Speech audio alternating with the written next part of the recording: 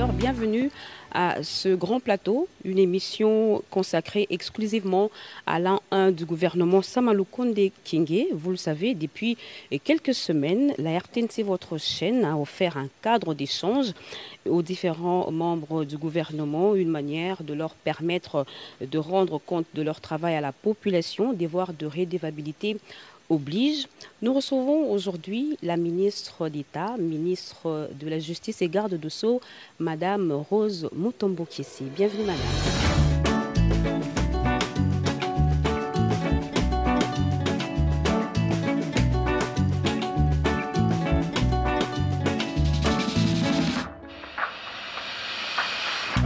Madame Rose, vous êtes ministre d'État, ministre en charge de la Justice et garde de Sceaux. Vous savez que la vision du président de la République est notamment basée sur l'état des droits. État des droits qui dit forcément égalité dans la justice pour tous. Vous êtes à la tête de ce ministère depuis voilà une année. Vous aviez sûrement fait l'état de lieu à votre arrivée. Quel est le bilan que vous faites? Je commence par vous remercier de l'opportunité que vous m'offrez de partager le travail que mon ministère a eu à faire pendant une année du gouvernement des Warriors. Effectivement, on a fait beaucoup de choses, mais beaucoup de choses restent encore à faire. Quand je suis arrivée à la tête du ministère, il fallait faire l'état des lieux par rapport à mes attributions, voir quelle est la touche que je peux apporter pour que cet état des droits, tel que voulu par le président de la République, chef de l'État, puisse être matérialisé. Dans mon secteur, j'ai deux volets. Le volet pénitentiaire et le volet où on est en collaboration avec le pouvoir judiciaire. J'ai commencé par le volet pénitentiaire. J'ai eu à échanger avec les gardiens des différentes prisons, les fournisseurs, pour savoir comment ça se passe réellement dans les lieux de détention. Et à travers ces échanges, j'avais compris que j'avais du travail à faire par rapport au milieu carcéral. Beaucoup de travail, pourquoi? J'ai constaté qu'il n'y avait pas de soins médicaux au rendez-vous, il n'y avait pas un menu équilibré. Je crois que tous les Quinois ou les Congolais, d'une manière générale, savent ce qu'on appelle vungulé. J'ai trouvé qu'au niveau carcéral, les détenus ne mangeaient que ce menu-là. Le vungulé, c'est un mélange de maïs et de haricots. Je ne crois pas que vous, en tant que journaliste, là, vous pouvez manger ces repas mélangés chaque jour. J'ai dit aux uns et aux autres, les choses doivent changer. Et aujourd'hui, je vous assure, Madame Nyangui, au niveau des différentes prisons, les menus ont changé. On ne parle plus de vungulé. Aujourd'hui, on a un menu normal. Il y a des légumes, il y a des haricots, il y a du riz, il y a le foufou, il y a le poulet, il y a le mpiodi. L'enveloppe n'a pas changé. C'est l'enveloppe de depuis 2015, mais avec un peu de volonté, avec un peu de rigueur dans la distribution et dans la gestion du fonds qui est destiné aux prisons, on peut faire mieux. Le taux de malnutrition a baissé et aujourd'hui, il y a des médicaments. J'ai entendu sur une chaîne dire que les prisonniers ne mangent pas, ils mangent du riz avarié, mais j'ai demandé au responsable de cette chaîne d'aller visiter. Il s'est dédié devant sa chaîne pour dire que ce que j'ai trouvé, il n'y a pas match. Pour dire que ce volet-là, on y va petit à petit et on espère résoudre ce problème. Ce qui est un défi aujourd'hui pour moi, c'est le fait que dans ce secteur-là, nous avons des infrastructures qui sont vétustes. Toutes les prisons ont été construites pendant l'époque coloniale. Et aujourd'hui, la population de notre pays a augmenté, la population carcérale a augmenté, et même le taux de criminalité a augmenté. Dans ma vision, peut-être dans les perspectives, je vous le dirai, il faut construire de nouvelles prisons. C'est ça l'idéal. Mais du côté maintenant de volet de pouvoir judiciaire, qui est un domaine de collaboration, j'ai eu à activer le cadre de concertation, puisque comme vous le savez, avec la nouvelle loi sur les statuts des magistrats, il y a séparation de pouvoir. C'est un domaine de collaboration. On a échangé avec eux. C'est à travers ce cadre de concertation qu'on essaye d'aborder les différents points qui se posent dans la justice. Et qu'à ce niveau-là, il y a des discussions. Heureusement, il y a des avancées maintenant. Bientôt, il y aura des assises de l'Assemblée générale du Conseil supérieur de la magistrature, où ils vont se réunir pour voir les différents points soulevés lors de nos échanges, si ils peuvent trouver des réponses. Et, comme vous le savez, pendant que j'entrais, le président de la République a décrété l'état de siège. Et à travers cela, je fais l'exercice tous les 15 jours au niveau du Parlement pour proroger tous les 15 jours tels que le veut la Constitution et la loi. Et par rapport à la lutte contre la corruption, on a eu à organiser l'atelier national sur la lutte contre la corruption pour pouvoir produire une feuille de route qui va permettre à voir quelles sont les étapes pour que cette corruption tant décriée par la population puisse être au rendez-vous, surtout pour qu'on puisse porter des solutions dans mon secteur. Bref, bilan et reluisant, nous pouvons le dire, mais les communs de mortels ne placent plus leur confiance en la justice congolaise. Les rendus, les jugements, ils pensent que cela fait sur mesure. Qu'est-ce que vous pouvez leur dire maintenant qu'ils vous suivent? J'ai parlé de séparation de pouvoir, effectivement. Il faut que les communs des Congolais comprennent que moi, je ne gère pas les magistrats. Mais en tant que ministre de la Justice, j'ai un pouvoir d'injonction. Quand je suis saisi d'un cas de violation des droits humains, que ce soit dans les procédures, que ce soit dans les décisions rendues, j'écris aux procureurs généraux pour donner le pouvoir d'injonction, pour leur demander s'ils pouvaient suivre ces différents cas.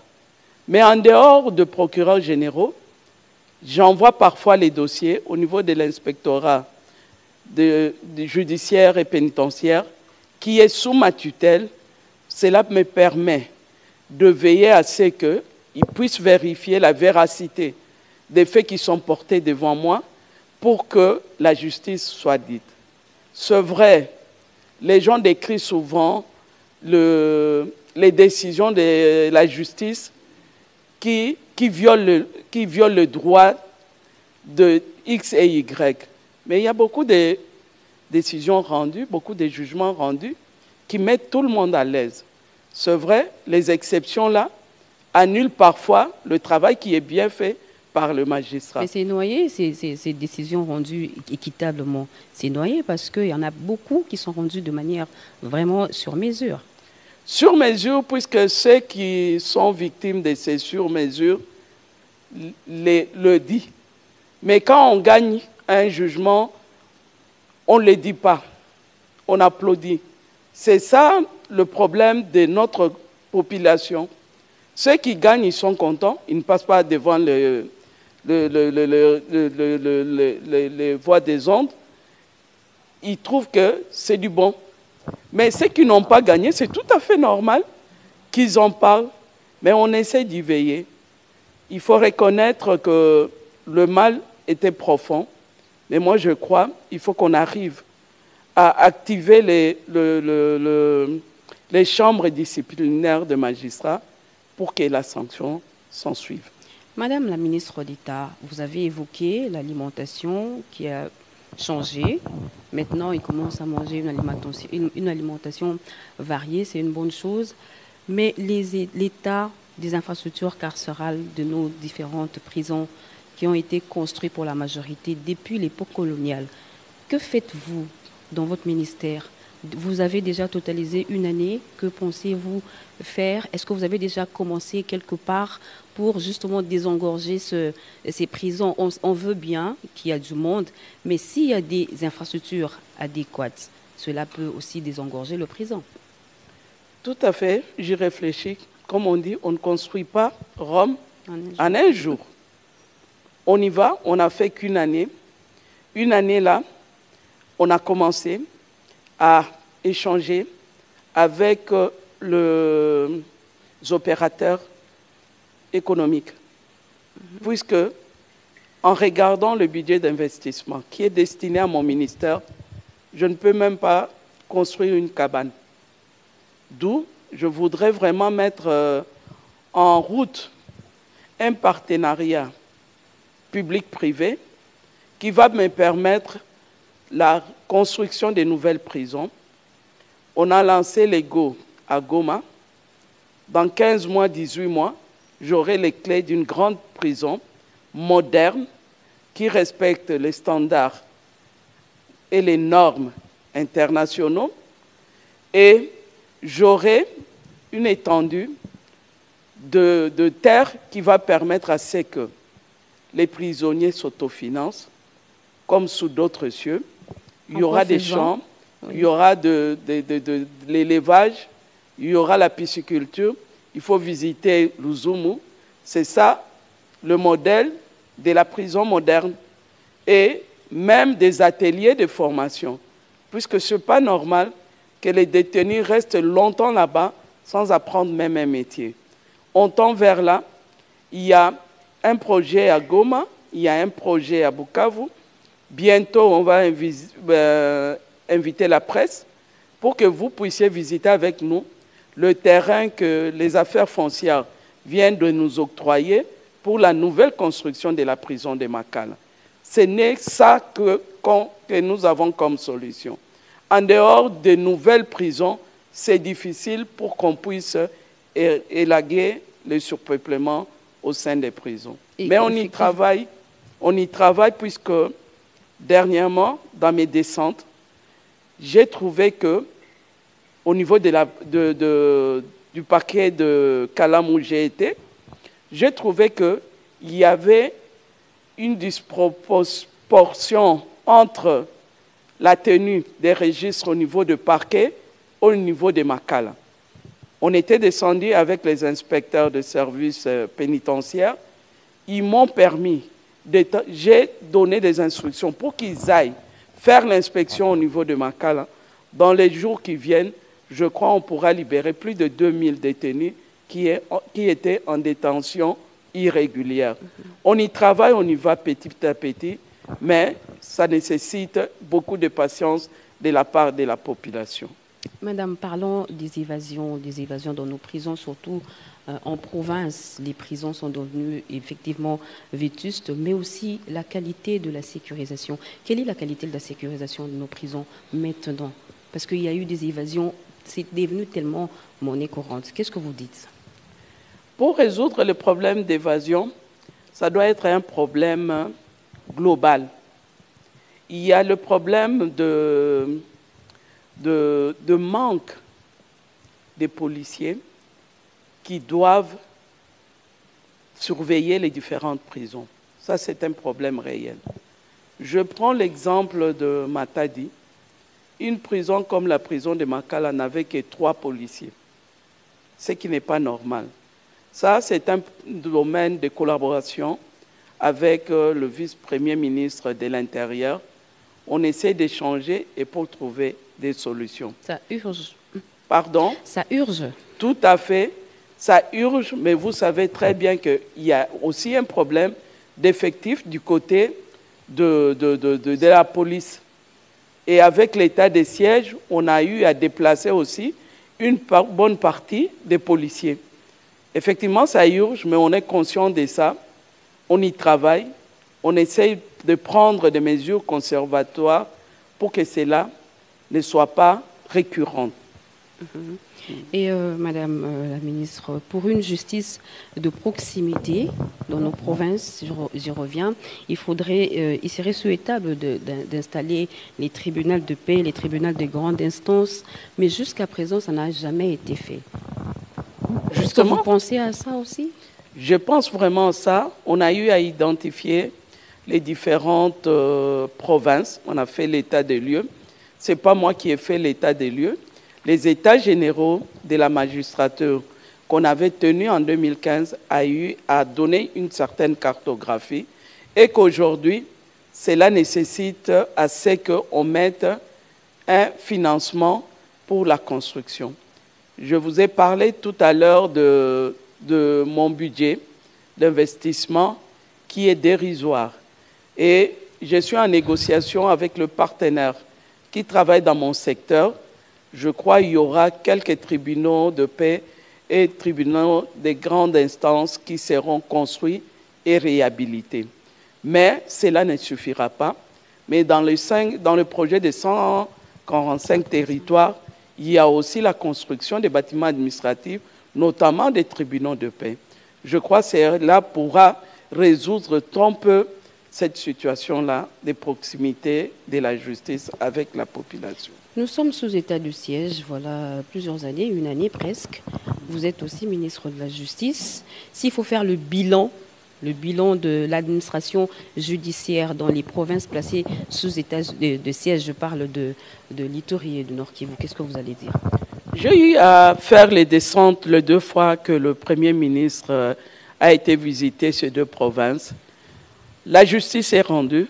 La justice est rendue. La grande difficulté qu'on avait était du fait qu'on n'a pas assez de magistrats militaires, mais cela a été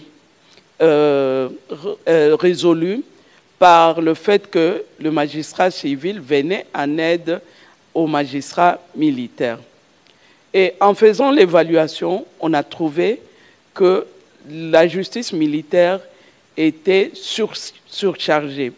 Et on a eu à proposer au président de la République pour qu'on puisse requalifier l'ordonnance de mise en œuvre de l'état de siège, à telle enseigne qu'aujourd'hui, toutes les infractions de droit commun qui n'ont pas un lien avec l'état de siège sont revenues aux magistrats civils. Et qu'aujourd'hui, on essaie de décongestionner les différentes prisons sous l'état de siège. On a eu aussi à organiser des audiences foraines, puisque, comme vous l'avez dit, il y a carence des tribunaux de paix et des tribunaux de grande instance. Et quand on regarde les statistiques, il faut reconnaître que beaucoup de décisions ont été rendues dans ces 2 provinces par rapport aux dossiers qui ont été saisis. Je crois personnellement, pendant l'état de siège dans ces 2 provinces, la justice a bien fait son travail. Mais on ne peut pas se taper sur la poitrine, il y a encore beaucoup à faire.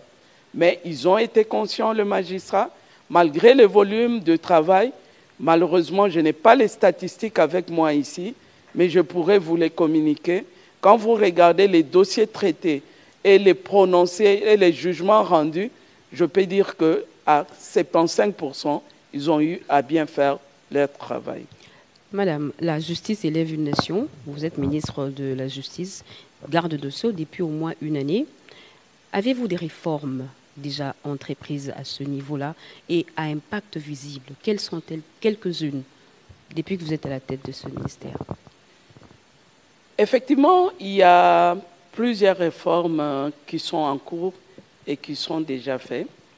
Il y a par exemple la réforme de services pénitentiaires.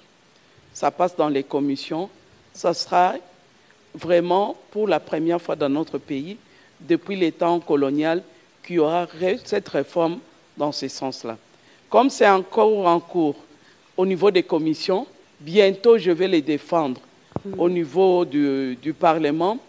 Je crois que ça sera pour la première fois que cela soit fait.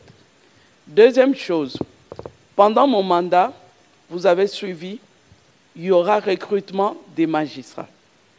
Recrutement de magistrats, puisque lors des États généraux, nous avons besoin d'au moins 10 000 magistrats, mais au jour d'aujourd'hui, nous nageons vers 2800 magistrats, ce qui est insignifiant par rapport à la population de la RDC. En dehors de cela, je suis arrivé, j'ai trouvé qu'il y avait un problème par rapport au social des magistrats. Vous l'avez suivi. J'ai fait le suivi. On a eu à augmenter quand même la rémunération de magistrats. Et que bientôt, il y aura assise pour ce qui est du Conseil supérieur de la magistrature. Et cela va permettre à redéfinir la cartographie de magistrats sur terrain, puisqu'on a remarqué effectivement, plus de magistrats sont dans les grandes villes et dans les lieux reculés, il n'y a presque pas de magistrats. Pour ce qui est des réformes, il y en a beaucoup en cours et il y en a qu'on a déjà présentées au niveau du Parlement et que nous y veillons. Donnez-moi une année, vous aurez à répertorier les différentes réformes que moi, j'ai engagées pendant le temps que je suis au ministère. On y travaille et j'y veille effectivement, puisque c'est parmi le volet de mon ministère, parmi mes attributions. Restons dans l'esprit des réformes. L'appareil judiciaire constitue aussi une assiette parafiscale pour l'État congolais. Mais comment ça se gère, les cautions que nous payons lorsque nous sommes appelés à la justice? Est-ce qu'il y a une relation étroite entre la DGRAD? C'est compliqué. Au moment où je vous parle, il y a une commission avec tous les acteurs, les parties prenantes qui travaillent avec mon ministère, les différents services, pour voir d'où partent les recettes destinées à mon secteur. Puisqu'au sein du Conseil des ministres, on a demandé que c'est vrai que chaque ministère réclame, mais qu'apporte chaque ministère dans l'assiette du Trésor? Ils vont terminer le travail le mardi. Je vous assure, il y a à boire et à manger là-dessus. C'est ce qui m'a poussé à veiller, à contrôler ces recettes-là. Nous avons le certificat de nationalité. Depuis que je suis dans ce ministère-là, je n'ai jamais vu la rétrocession. Il y a le certificat de nationalité. Il y a la personnalité juridique des ONG. On paye 250 $ pour la personnalité. C'est trop. Je crois pour les certificats de nationalité, ça doit être aux environs de 15 $. Mais je n'ai aucune rétrocession de la DGRAD. 3, il y a la chancellerie, là où on doit mettre les sceaux. Il y a les différents actes qu'on pose. Je me demande, ça va où? Mais il faut que vous ayez à l'esprit l'argent qu'on paye devant les cours et tribunaux. Quand on a perdu ou quand on a gagné, ça ne vient pas au niveau du ministère, ça entre au niveau du pouvoir judiciaire. Toutes ces choses, on doit éclaircir ça pour qu'on sache que produit le ministère de la Justice et que produit le pouvoir judiciaire. Nous aurons des réponses bientôt là. Puisque nous tendons vers la digitalisation, ça va nous permettre à ce qu'on paye directement vers les banques, que les gens prennent de l'argent et empochent cela comme si c'était leur bien. Parlons encore argent, madame. Malgré les traques des détourneurs des deniers publics, malgré que l'IGF fait son travail, l'opinion a comme l'impression qu'au niveau de la justice, rien ne marche. Madame, vous avez les mains liées? Pas du tout. J'ai le plein pouvoir. J'ai le plein pouvoir. Mais il s'est fait que quand on paye, ça n'entre pas dans la caisse du ministère, ça entre dans la caisse du Trésor public. J'ai instruit le pouvoir judiciaire pour qu'il veille à cela. Ça ne sert à rien d'arrêter quelqu'un et de ne pas récupérer. C'est parmi les discussions qui sont faites maintenant pour voir quel est le mécanisme réel qu'on doit mettre en place pour que le trésor public puisse se retrouver. Sinon, ça n'a pas de sens. Dans beaucoup de pays aujourd'hui, on préfère encore récupérer ce qui est détourné que de garder des gens dans des lieux de détention. Chez nous, c'est le contraire. Chez nous, c'est le contraire. Et malheureusement, quand on les libère, on ne récupère même pas ces dus-là. Ce qui n'est pas normal. Et c'est ça, les futures discussions que nous devrons avoir dans le cadre du cadre de concertation avec le bureau du Conseil supérieur de la magistrature. Parlons sur le plan diplomatique. La RDC a été élue, un Congolais a été élu juge à la Cour commune de justice et d'arbitrage. Qu'en est-il exactement? En tout cas, c'est une victoire pour nous, puisque, comme l'avait demandé le président de la République à travers le Conseil des ministres, il avait instruit à ce qu'on soit regardant au niveau de toutes les organisations internationales. Là où il y a des candidatures, la RDC doit se retrouver. C'est ainsi, j'ai accompagné le compatriote là dans cette procédure-là, et Dieu merci, on a pu avoir un juge effectivement, et ce n'était pas facile, ils étaient à 12, qu'on se retrouve avec un juge parmi les 5 élus, d'où on a eu à faire le travail, et je remercie en passant le président de la République et le Premier ministre qui ont eu à nous accompagner dans cette démarche-là, et aujourd'hui, on a les résultats. Et qu'est-ce qu'on gagne en retour? Qu'est-ce qu'on gagne en retour?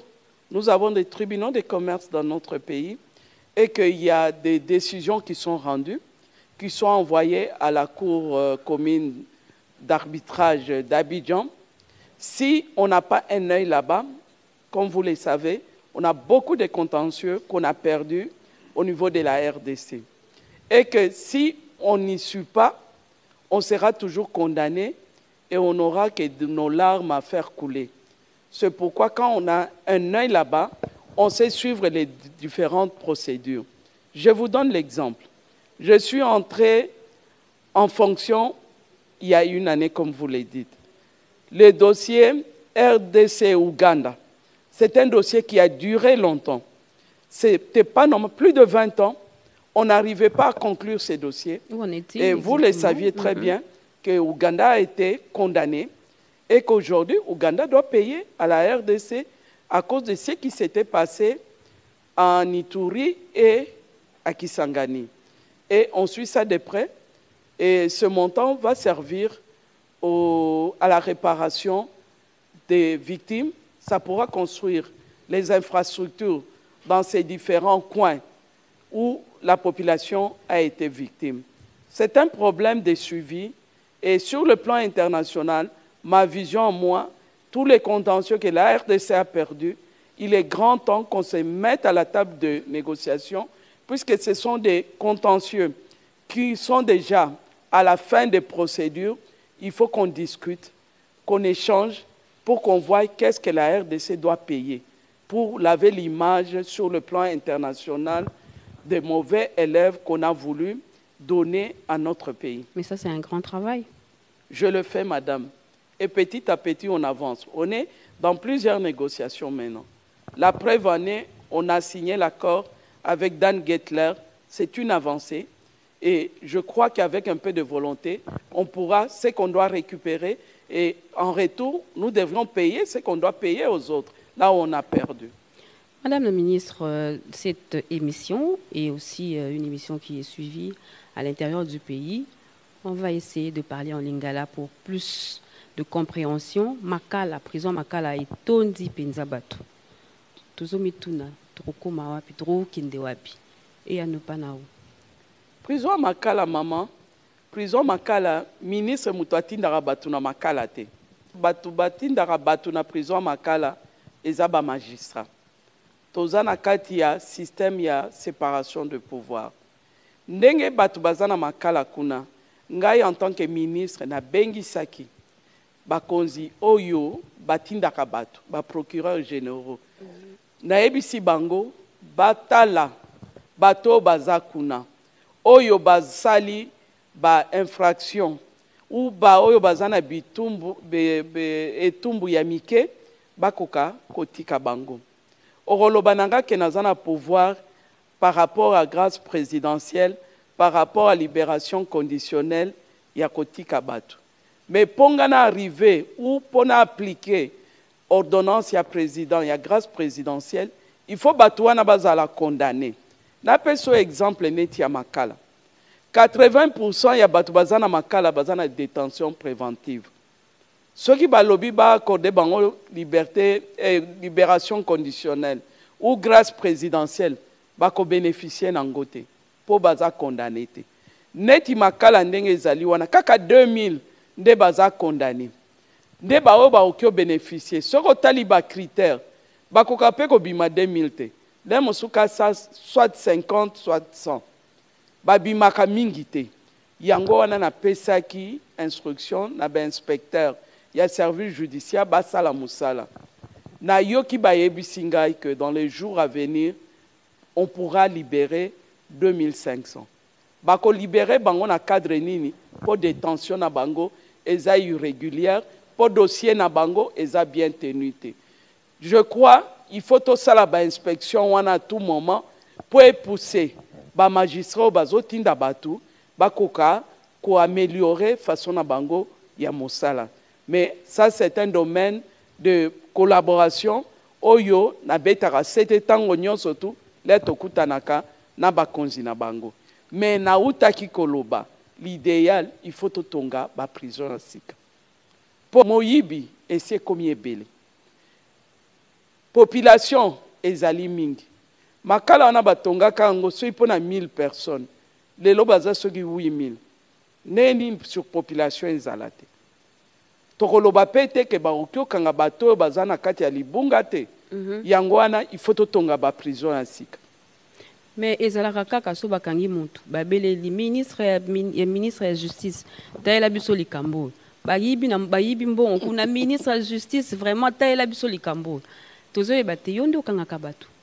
Yango na lelo nazo beta sete neti opesinga occasion ya na loba. Ba oyo bakanga batu ba magistrat. Mais ba oyo batalaka batu oyo bakotaka kuna na prison wana ezali compétence na ngai. Yango wana il faut to solola na ba oyo bakangaka. Bayebaka ke place bazotinda batu place eza mingi te. Soki pe bakangi bango ba talaka ndeni dossier ekokyo évoluer po bakoka condamner bango. Ça ne sert à rien otika mutu détention préventive 3 ans 4 ans. Ça n'a pas de sens. C'est même une violation des droits humains. Yangwana toza na niveau makala ba inspecteur judiciaire o bakei kuna ya nani ya service nangai ya nani ya inspectorat bazotala batu nyonso to o ba umeli o ba détention eza irrégulière te donc na lobby na yo plus de 2000 seront libérés incessamment.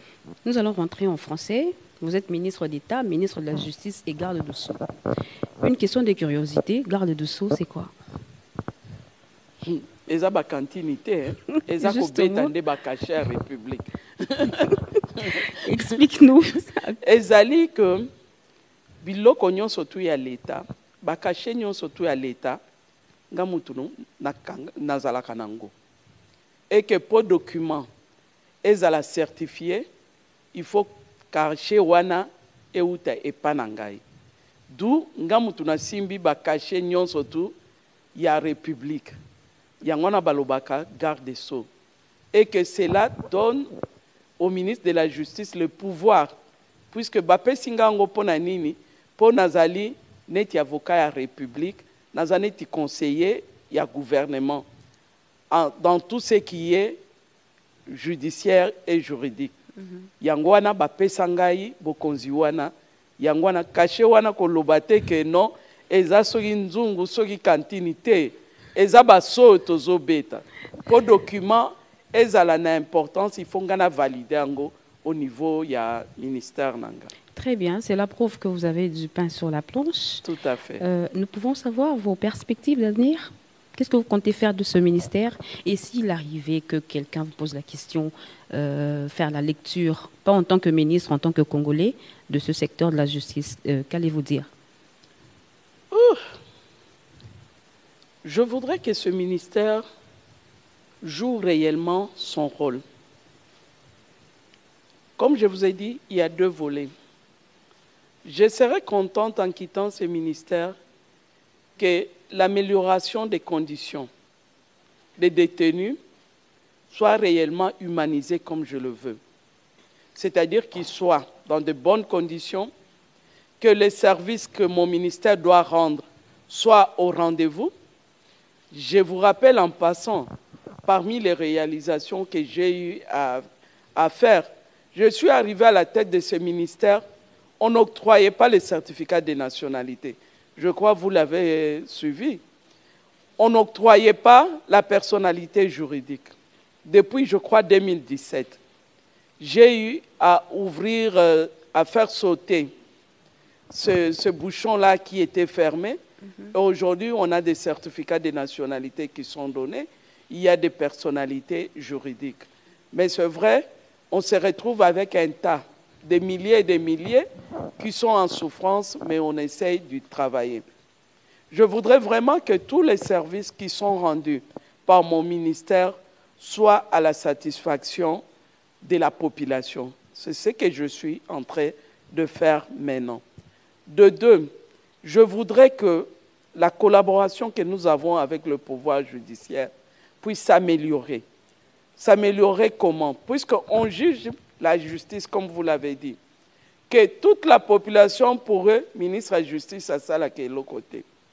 C'est pourquoi il faut qu'il y ait la sanction au niveau des magistrats. Ce n'est pas moi qui sanctionne, ce sont leurs chefs hiérarchiques qui sanctionnent. Ce sont des discussions qu'on entame. Il faut que les droits de la population soient respectés. Il faut qu'ils fassent attention sur les différentes décisions de justice qui sont prises. Cela est très important. C'est à partir de là que l'image de la justice peut changer. Il faut que ceux qui détournent puissent rembourser l'argent, c'est-à-dire on doit récupérer l'argent détourné. Effectivement, ça c'est un souci, je le suis même sur les voies des ondes. On est en train de dire que Bazouakambongo Wanate. Il faut qu'on y arrive. Et pour cela, ce sont des discussions, ce sont des réformes qui sont en cours. C'est pourquoi je vous ai dit, il y a une commission qui siège. À partir de la semaine prochaine, j'aurai des retombées de cette commission et avec la digitalisation de tous les services rendus, on pourra avoir gain et cause. Mais le problème de la justice, c'est un problème de toute la communauté. Il faut sensibiliser. Il faut que les gens qui trouvent qu'ils sont devant une injustice puissent les dénoncer. Puisque très souvent, je vois les gens dire « Oh, le magistrat baza corrompu ». Quand tu lui poses la question, il ne veut pas donner le nom du magistrat. Ça, c'est un cercle vicieux. Puisque s'ils sont corrompus, quelque part, il y a ceux qui vont donner cet argent-là aux magistrats, d'où ils sont complices de la corruption. Il faut qu'il y ait une forte sensibilisation au sein de la population pour que les uns et les autres comprennent qu'on a besoin que la justice soit rendue d'une manière équitable. Maman Rose Mutombo, oza ministre de la Justice, tozomona na ba quartier na biso, ba okanga kulu na lelo, boyoki akoti makala bolobi ouf. Mais quelques semaines après, bomoni esusu abimi. Kokota kobima, kokota kobima. Et au bank ça susté. Donc ba congolais ba suna confiance té. Yo oza ministre de la Justice, oyeb ça ba nini? Ndenge na utaki oloba tout à l'heure, likambo ya kokanga bato na makala kuna eza likambo ya ministre ya Justice te. Eza likambo ya ba magistrat. Toza kopesa mbela na ba magistrat, on le dit toujours. Ça ne sert à rien d'arrêter et de relâcher quelque temps après. C'est là où je dis, il faut, soy bakangi bato, s'il faut les condamner, ceux qui font surtout les réunions infractionnelles, ba condamner bango directement. Mais nini tozo mona, wana population azana raison. Bokangi kuluna, akena makala, un mois après abimi, l'air kobima et la kisinini, ba magistrat, bazana besoin ya caution, bazana besoin ya corriger mutute. C'est pourquoi moi j'ai dit, il faut soki moto akei batali bamoni qu'effectivement azokisaki ayibaki bokondane ye asala etumbu na ye puisque ezobima neti nini ke bazokanga mpona kokanga yango la population ezondima te musala oyo bamagistrat bazosala sur terrain mais au lieu bakondane magistrat eza kaka justice ya mboka oyo ezalaka te ministre etalela biso likambo kasi bovandela mpe makambo yango ti mama balwa oyo batila bapesa biso na mboka oyo kala ministre ya justice azala na pouvoir makasi pourquoi puisque bana au siège même na bureau ya conseil supérieur ya magistrature loi oyo ya sikoyo ministre ya justice azaka na droit à injonction leur dossier baza kotanga ngo baza instruire ngo na magistrat naza na droit kutu ya kotuna makambo na bango te tout ça c'est la loi qui le dit séparation de pouvoir tango akala ezalaki ministre akokaki kosanctionner même magistrat lelo toza en tant que ministre nga moko naza magistrat de carrière mais naye komona que loi wana batia wana et démontrer ba limite puisque si bakonzi ya magistrature bazo sanctionner te c'est que il y a la liberté totale. Moi j'ai dit il faut qu'on revienne na politique il y a sanction il y a kala magistrat salimabe ba sanctionner il faut que ba chambre disciplinaire et banda ko siéger. On va se réunir la semaine prochaine na ba membre nyo surtout ya bureau. Je vais encore revenir là-dessus. Puisque là, comme c'est un domaine de collaboration, je ne peux que leur demander. Ce sont eux qui sont habilités à sanctionner les magistrats. Effectivement, il y a un laisser-aller moko incroyable, ce qui n'est pas bon aux yeux de la population. Il faut que le magistrat se ressaisisse. Il faut basala musala na bango me basala ngo tina suka. Po makambo kangi lelo o libéré ezala kuluna ezala mutu mosusu o condamné yete pourquoi okanga ki esoko yebaki ke lobi oko libéré ye ezo bebisa image mingi ya justice yango wana ngana zo telemela ngo makasi l'air tokutanaka na lobakango mais j'espère ils vont le faire comme tozo changer neti bako kota na basise ya conseil supérieur ba magistrat mingi oyo bazana comportement ya mabe ba vous a obligé totinda bango na ba province pour ba réaliser que ils sont devenus dans la ville de Kinshasa, Lubumbashi ou Goma comme des chefs coutumiers qui font leur business et là on ne pourra jamais accepter ça en tant que ministre de la justice. Vous avez déjà fait beaucoup de choses. Si vous arrivez à de faire le pourcentage de ce que vous avez fait déjà, parce que vous avez dit en début de cette émission qu'une année de plus, je vais encore faire plus et revenir. Mais nous ne voulons pas revenir déjà dans ces une année-là. S'il faut faire un petit pourcentage de ce que vous avez déjà mis dans votre panier à crabe, quel est votre pourcentage sur 10, sur 100? Pendant une année, je crois que je dois être au-delà de 50% en tant que ministre du gouvernement Warrior. J'ai changé beaucoup de lignes dans mon secteur. Et je crois, comme je l'ai dit, si j'ai encore une année, je crois que je peux atteindre 80%.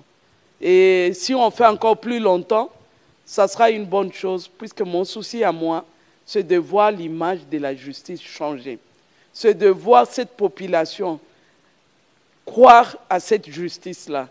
Mais c'est un processus, mais avec un peu de volonté, je crois qu'on pourra y arriver. Merci beaucoup, Madame la ministre d'État, ministre en charge de la justice. Mesdames et messieurs, c'était là le devoir de redevabilité. Depuis quelques semaines, la RTNC ne se lasse pas d'inviter les membres du gouvernement pour venir rendre compte de leur travail qu'ils ont fait une année de cela. Au revoir et à très prochaine.